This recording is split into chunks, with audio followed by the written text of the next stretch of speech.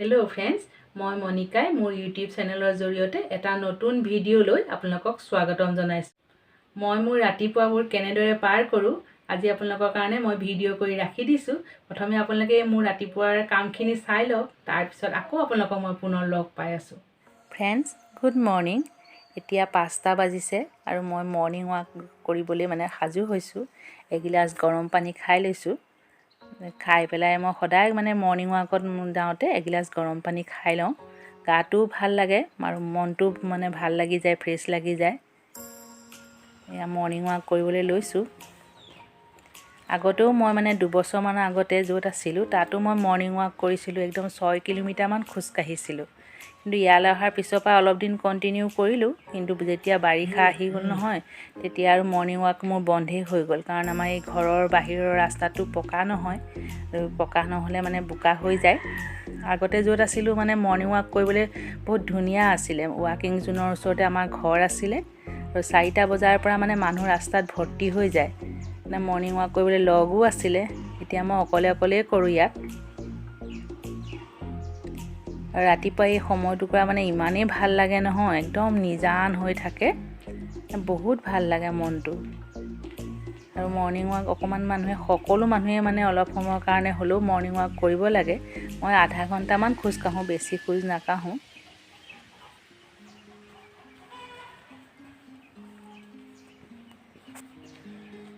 আৰু মোৰ জেকেটটো দেখি আপোনালোকে নাহাঁহিব দেই, এইটো বহুত বছৰ পুৰণি জেকেট। আৰু এইটো পিন্ধি পেলাই মানে টুপি থাকেতো, সেইকাৰণে মৰ্নিং ৱাক কৰিবলৈ সহজ হয় আৰু 2-3টা বস্তু পিন্ধিব নালাগে। এয়া চাওক, মই মৰ্নিং ৱাক কৰি ঘূৰিছো আৰু এই মানে বেলিটো ধুনীয়াকৈ ওলাই আহিছে। ইমানেই ধুনীয়া লাগিছে যে আপোনালোকৰ কাৰণেও অকণমান মই ভিডিঅ' কৰি ৰাখি দিলোঁ। আৰু এয়া মৰ্নিং ৱাকৰ পৰা ঘূৰি আহিলোঁ। আহি পেলাই মই এগিলাস গৰম পানী লৈছো আৰু নেমু চেপি লৈছো। নেমু মানে 2 চামুচমান হ'ব আৰু নেমু ৰস, মই সিমানটো লৈ লওঁ এগিলাস গৰম পানীত। আৰু এই বটলটো যে দেখিছে, এই বটলটো মানে আমাৰ ঘৰৰ মৌজোল। মই মৌজোল মানে গৰম পানীত মৌজোল আৰু নেমু ৰস দি খাওঁ। এইবাৰ মানে মৌ উলিয়ালে, যথেষ্টখিনি মৌ পালোঁ। মই ঘৰৰ মৌ আৰু একদম ফ্ৰেছ মৌ, একদম ৰাতিপুৱা এগিলাস গৰম পানী।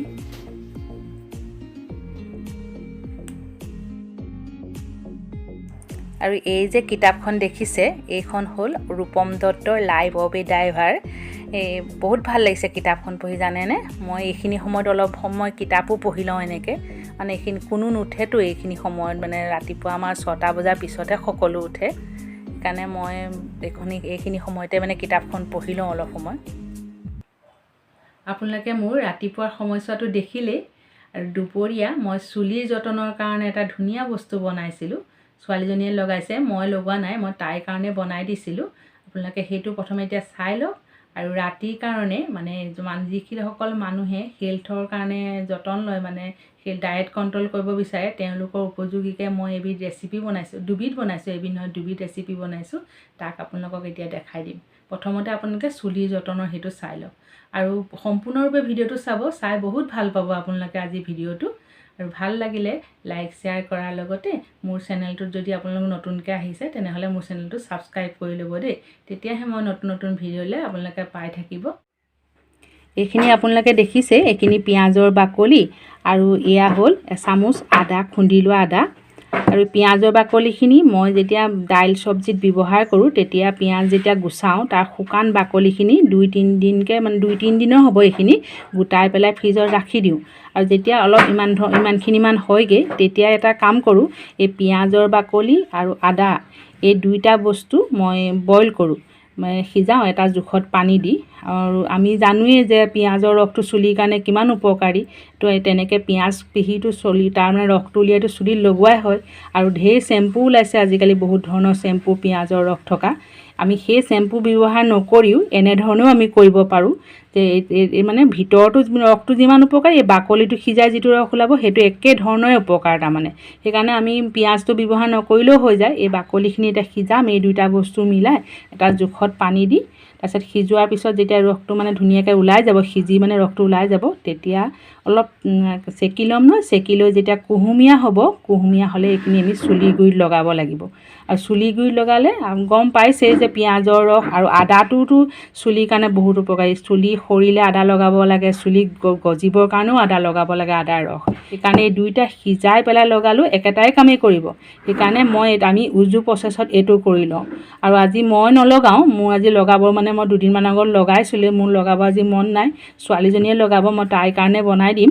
সেইকাৰণে আপোনালোকক এবাৰ দেখাই দিছোঁ। ভাবিছোঁ এইটো বস্তু জনাটো ভাল, আৰু মানে এইখিনি যিখিনি পেলনীয়া বস্তু যে আমি কৰিব পাৰোঁ কিবা এটা, সেইটো দেখাব বিচাৰিছোঁ। প্ৰথমে মই এতিয়া এইখিনি সিজাই লওঁ। গেছৰ জুইটো চিম কৰি লৈছোঁ মই, আৰু ইয়াত চচটো পাতি দিছোঁ। আপোনালোকে পানী দিওঁতে পিঁয়াজখিনি এনেকৈ ডুব যোৱাকৈ পানীখিনি দিব, আৰু মানে গেছৰ জুইটোতো চিম কৰি ৰাখিবই, আৰু ঢাকন লগাই দিব। মই এতিয়া ঢাকন লগাই দিম, আৰু একদম উতলি যেতিয়া পিঁয়াজৰ বাকলি কালাৰটো মানে নাইকিয়া হৈ যাব, সিমানখিনি সময়লৈকে মানে উতলাই থাকিব, একদম বগা নিচিনা হৈ যাব, তেতিয়ালৈকে উতলাই থাকিব। আৰু পানীটো ইমানটো জোখত ৰাখিব যে আপোনালোকে নিজৰ চুলিত মানে কিমানখিনি লগাব লাগিব। চুলি এইখিনি পিঁয়াজৰ ৰসখিনি এইখিনি মানে কিন্তু চুলিত মানে গুৰিত লগাই, চুলিবোৰ আগবোৰত নলগালেও হ'ব, গুৰিখিনিত লগালেও হ'ব। আৰু একদম সিজাই ধুনীয়া এটা ৰস ওলাব। বেছি হ'লেও দিগদাৰ নাই, আপোনালোকে ফ্ৰিজত থৈ দিব পাৰিব, থৈ পেলাই আকৌ বেলেগ এদিন গৰম কৰি কুহুমীয়া কৰি লগাব পাৰিব। এতিয়া মই ঢাকন এখন দি দিছোঁ ইয়াত, আৰু আপোনালোকে মাজে মাজে এনেকৈ অকণমান উল্টা পুল্টা কৰি লৰাই পেলাই চাই থাকিব।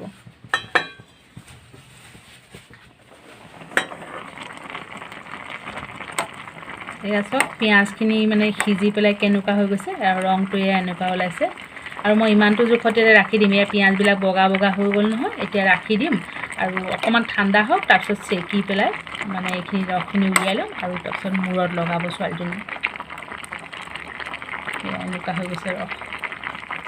এতিয়া গেছ মই অফ কৰি দিলোঁ, ঠাণ্ডা হ'বলৈ দিম। এয়া এনেদৰে চেকনিত চেকি দিছোঁ।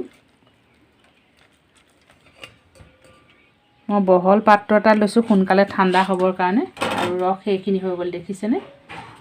এয়া চব ইমান হৈ গ'ল। এইখিনি এতিয়া ঠাণ্ডা হওক, ঠাণ্ডা হ'লে যিমানটো জোখত লাগিব মূৰত লগাবৰ কাৰণে সিমানটো লৈ ল'ব, বাকীখিনি ফ্ৰিজত থৈ দিব। এইটো ঠাণ্ডা হৈ গ'ল এতিয়াই, মানে আমি হাতেৰে চুই চাব পৰাকৈ ঠাণ্ডা হৈ গ'ল। অলপ কুহুমীয়া ভাৱ এটা আছে, যোনটো লাগে থকাটো, কিন্তু বহুত বেছি গৰমো হ'ব নালাগে। এতিয়া মই এইটো লগাই লৈছোঁ, আপোনালোকক দেখাই দিছোঁ। দেখাইছোঁ এনেকৈ যদি আপোনালোকে মূৰটো তললে কৰি চুলিত তেল লগাই বা এনেকুৱা কিবা লগায়, তেতিয়া মূৰটো তললে কৰি লগাব লাগে। তেতিয়া আমাৰ ব্লাড চাৰ্কুলেশ্যনটো ফাৰ্ষ্ট হয়, আৰু চুলিখিনি গ্ৰ'থ হোৱাটো ভাল হয়। সেইকাৰণে আঙুলি এনেকৈ মাছাজ কৰি লগাই থাকিব লাগে। আজি মই আপোনালোকৰ লগত দুটা ৰেচিপি শ্বেয়াৰ কৰিব বিচাৰিছোঁ। একদম চিম্পুল ৰেচিপি, আৰু ৱেইট লছৰ কাৰণে একদম মানে বহুত বঢ়িয়া ৰেচিপি। ময়ো এই দুটা ট্ৰাই কৰিছোঁ, মোৰো যথেষ্ট ৱেইট বাঢ়ি গৈছে। বাৰু আহক, প্ৰথমে মই প্ৰথমটো ৰেচিপি কেনেকৈ বনাওঁ সেইটো দেখাই লৈছোঁ। এইখিনি লৈছোঁ মগু, গোটা মগু তিয়াই ৰাখিছোঁ, লগত অলপমান ৰাজমাহ দি লৈছোঁ। বেছি ৰাজমাহ নাই দিয়া, অলপ কমকৈ দিছোঁ। এইখিনি মই একদম ৰাতিপুৱাতে তিয়াই লৈছিলোঁ, আৰু এতিয়া ধুনীয়াকৈ চব ফুলি গৈছে। এইখিনি এটা কুকাৰত এতিয়া ভৰাই দিম।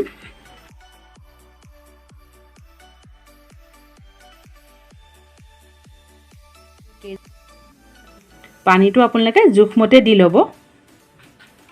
মই আৰু অকণমান পানী ইয়াত দি দিছোঁ।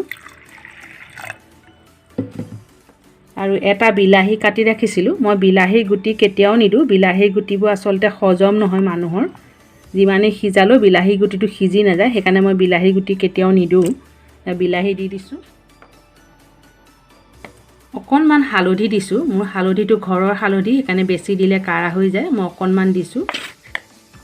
আৰু অলপ নিমখ দিছোঁ। নিমখটো আপোনালোকে নিজৰ জোখতে দিব, কিমানটো নিমখ খায় আপোনালোকে। এতিয়া কুকাৰৰ সাফৰ লগাই মই এইটো গেছত তুলি বইল কৰিম। 4-5টামান চিটি লগাই দিম, কাৰণ গোটা মগু আৰু ৰাজমাহ আছেতো, সিজিবলৈ টাইম লাগিব অকণমান।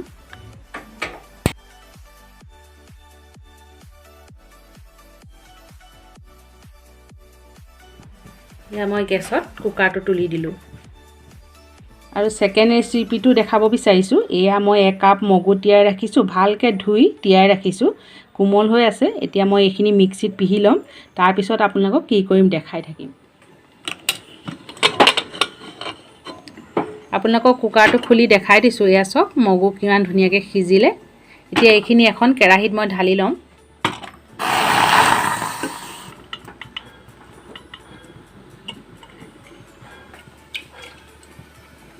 মই অলপ পানীও দি দিছোঁ ইয়াত, বেছি ডাঠ হৈ গৈছে।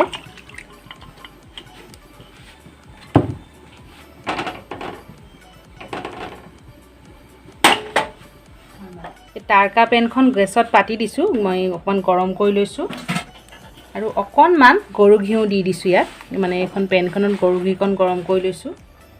যদিও এইটো মই ডায়েটৰ বস্তু বনাইছোঁ, মানে ডায়েটৰ ৰেচিপিটো বনাইছোঁ, অকণমান গৰু ঘিউ দি দিছোঁ। গৰু ঘিউটো ঠাণ্ডা দিনত আচলতে খাব লাগে, মানুহৰ গাটো মানে পানীটো শুকাই যায়তো ঠাণ্ডা দিনত আৰু স্কিনবিলাকো শুকাই আহে, সেইকাৰণে ঘিউ অকণমান খাব লাগে, মাজে মাজে খাব লাগে। এতিয়া মোৰ ঘিউ গৰম হৈ আহিছে, তাত মই অকণমান মিহিকৈ কুটা আদা দি দিছোঁ, অকণমান নহৰু দি দিছোঁ আৰু এটা শুকান জলকীয়া দি দিছোঁ।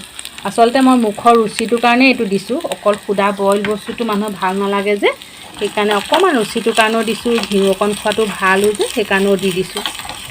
অকণমান ভাজি ল'ম এতিয়া ইয়াত।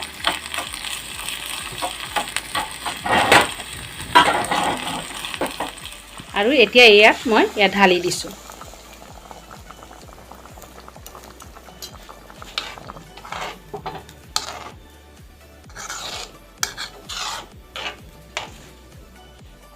আৰু শেষত মই অকণমান ধনিয়া পাত দি দিছোঁ ইয়াত। আমাৰ এইটো দাইল হৈ গ'ল। আপোনালোকে এনেকৈ বনাই খাবচোন কেতিয়াবা, মানে এনেধৰণে যদি নাই খোৱা তেতিয়াহ'লে বহুত ভাল পাব, খায়ো ভাল পাব। যিকোনো ৰাতিপুৱাও খাব পাৰিব ব্ৰেকফাষ্টৰ লগত এনেদৰে বনাই।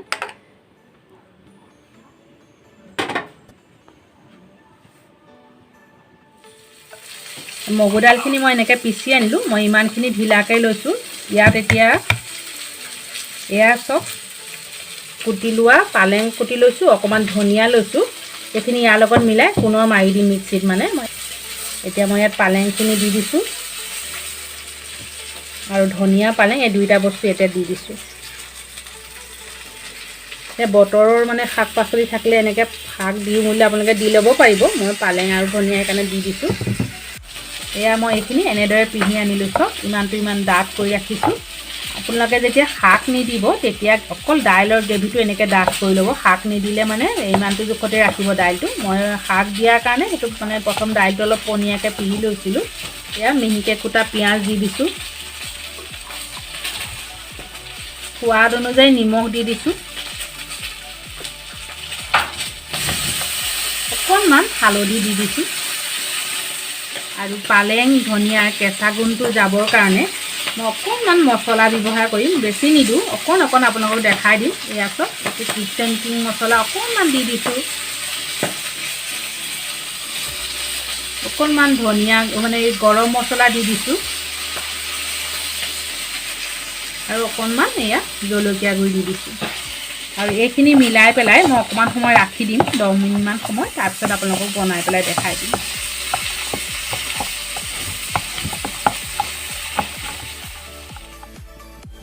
এতিয়া গেছত মই ফ্ৰাই পেনখন গৰম কৰি ল'লোঁ আৰু যিখিনি মগু আৰু পালেঙৰ এইখিনি যে পেষ্টখিনি বনাই ৰাখিছিলোঁ মিক্সিত দি, সেইখিনি এতিয়া ইয়াত মই বনাম, মানে পাটিচেপেটা পিঠাৰ দৰেই বনাম।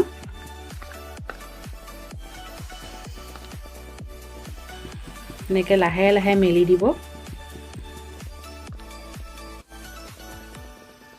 পাতলকৈ মেলিব, তেতিয়া ভাল হ'ব। মই যিমানটো পাৰোঁ সিমানটো পাতলকৈ মেলি দিম।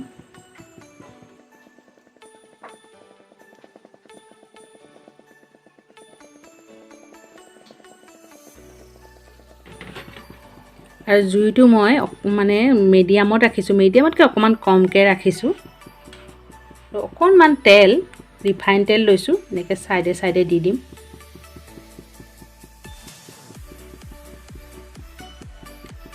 অকণমান ওপৰতো দি দিছোঁ, একদম অকণমান দিছোঁ। আৰু তলফালটো ভালকৈ সিজি অহালৈকে ঢাকনখন লগাই দিম।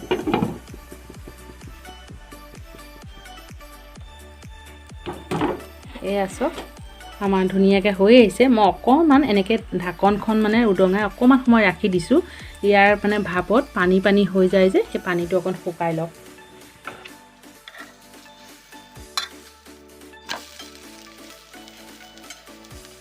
আকৌ অকণমান ঢাকন লগাই দিওঁ ইটো উল্টা ফালটো সিজিবৰ কাৰণে।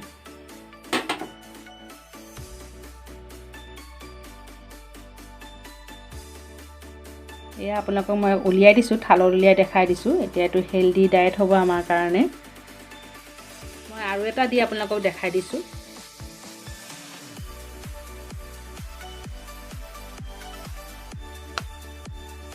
আপোনালোকে যেতিয়া এই ঘোলটো বনাব একদম এনেকৈ ধৰণৰ ডাঠ কৰি ল'ব, যে অকল মানে পালেং ধনিয়া এইবিলাক যে মই দিছোঁ কাৰণে প্ৰথমে ঢিলা কৰি লৈছিলোঁ, কিন্তু অকল মানে মগু দাইলৰ যদি বনায় তেতিয়াহ'লে ডাঠটো এনেকৈয়ে ৰাখিব। আৰু ফ্ৰাই পেনত বনালে বেছি ভাল হয়, মানে লাগি নধৰে। আৰু তেলটো নিদিয়াকৈ মোৰ হৈ গৈছে। মই এনেই অকণমান ভাল লাগিবৰ কাৰণে ছাইডত অকণ দি দিছোঁ।